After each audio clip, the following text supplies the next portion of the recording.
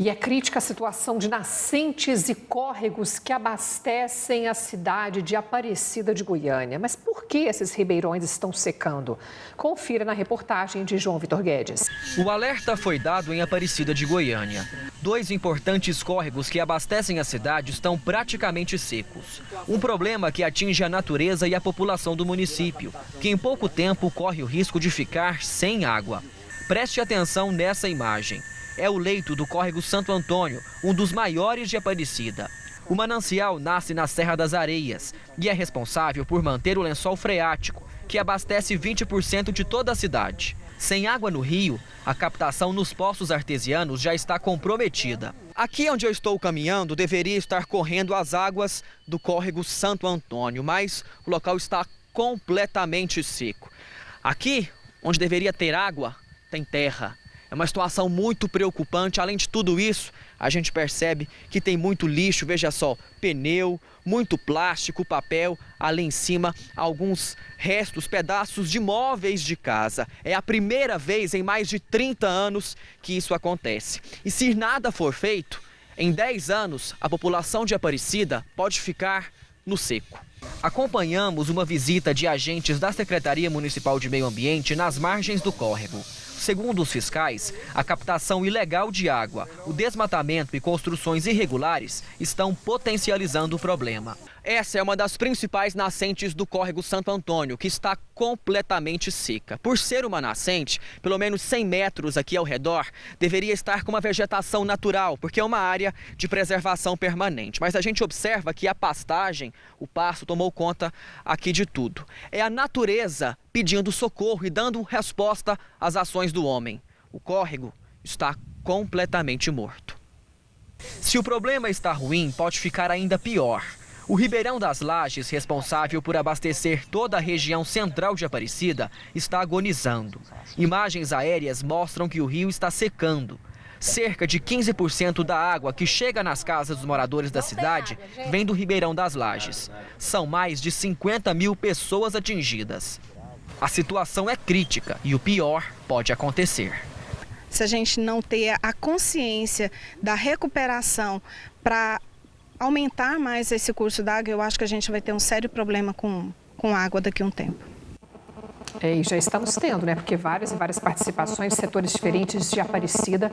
O pessoal reclamando da falta d'água. O Fábio Camargo, que é secretário do Meio Ambiente de Aparecida, está aqui conosco. Uma boa tarde. Boa tarde, senhora. Boa tarde, Odeva. Boa tarde a todos que nos assistem. Agora, tudo que nós estamos vendo aí é crime ambiental, requer uma posição mais rigorosa e mais rápida. Além da punição, a obrigação dessas pessoas que destruíram de fazer, por exemplo, o replantio da vegetação das nascentes. Isso, exatamente. Nós estamos fazendo um trabalho muito forte em parceria com o Dr. Luziano, que é o delegado do Meio Ambiente, para identificar todos esses proprietários de chácaras no leito aí do córrego Santo Antônio e também do Ribeirão das Lajes, para identificar e determinar que eles reflorestem e cuidem de todas essas nascentes. É o primeiro ato. Só que a crise hídrica é uma coisa muito complicada, assim, para a gente se resolver. Não vai ser só o ato da prefeitura, ou do estado, ou da delegacia. Precisa de uma conscientização geral para a gente conseguir resolver isso. Pois é, quando a gente vê essa imagem, é realmente uma imagem de tristeza. O senhor fala na conscientização, o que a gente percebe é que isso aí vem ao longo de muitos anos. O senhor nem estava lá na secretaria.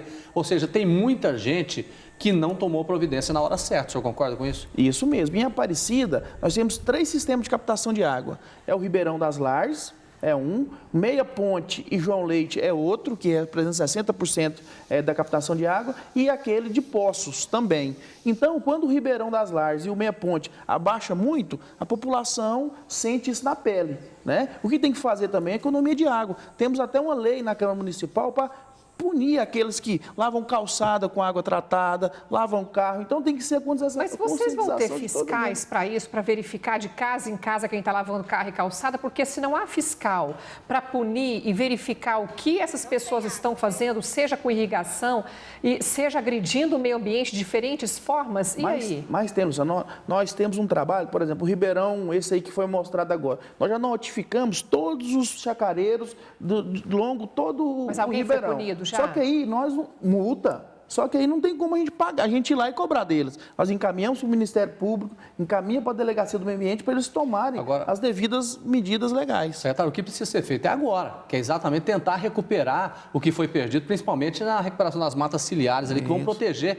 as nascentes. Esse é um problema seríssimo. Exatamente. As nascentes estão morrendo. Mais de 40 notificações já foi feita só no Ribeirão Santo Antônio. Mais de 40 notificando os proprietários das chácaras para não captar água sem a devida licença do órgão estadual, né? E também para que refloreste ali aqueles 50 metros de APP. Qual é o valor da multa para quem está fazendo essa captação totalmente irregular? Ela vai de 5 mil até 50 milhões, depende da quantidade de água que está captando. Né? Mas quem desmata a área, por exemplo, de preservação, as margens dos córregos, também recebe multa? Recebe multa também, só que a Aparecida tem uma coisa mais complicada. Ela foi loteada em 1970 e lotearam as chácaras também, como fosse área de utilização, porque na época ela era diferente. Então a gente ainda tem que ainda contornar esse conflito, mas estamos contornando todos, estamos notificando todo mundo, lembrando que a captação de água, as águas são responsabilidade do Estado, mas a Prefeitura está fazendo sua parte. Mas a gente sabe que essas invasões continuam, inclusive com construções em área de preservação ambiental de nascentes. Estão todos e aí, como frear isso agora? Sendo multados, inclusive nós já fizemos até retirada de casas na beira de córrego. Pegamos uma máquina, como a construção estava no começo, não tinha gente morando,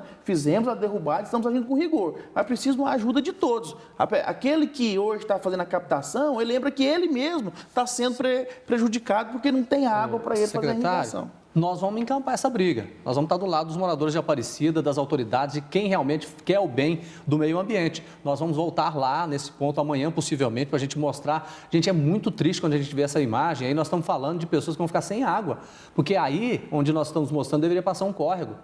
Não está mais passando, está tudo seco. Córrego Santo Antônio, gente, famoso, conhecidíssimo ali em Aparecida de Goiânia, está nessa situação lamentável. E não é só ele, Ribeirão das Lajes também da mesma forma. Triste a gente ver essa situação. E lembrando, que nesse momento de seca, que é de julho até agora, no começo de outubro, todo mundo tem que economizar um pouco de água. Aquele banho mais demorado tem que diminuir, aquela água que gasta lavando o carro dentro de casa, todo final de semana tem que diminuir, porque o Ribeirão, ele diminui mesmo a quantidade de água. Sim. Não é para secar desse jeito, mas diminui bastante. Então, precisamos da conscientização dos poderes públicos agir com rigor e também da população, um a um, fazendo a diferença. Todo mundo dá as mãos. Obrigado pela participação do senhor. Tenha uma boa tarde. Eu que agradeço e fico muito feliz com encampar essa medida até o Serra Dourada.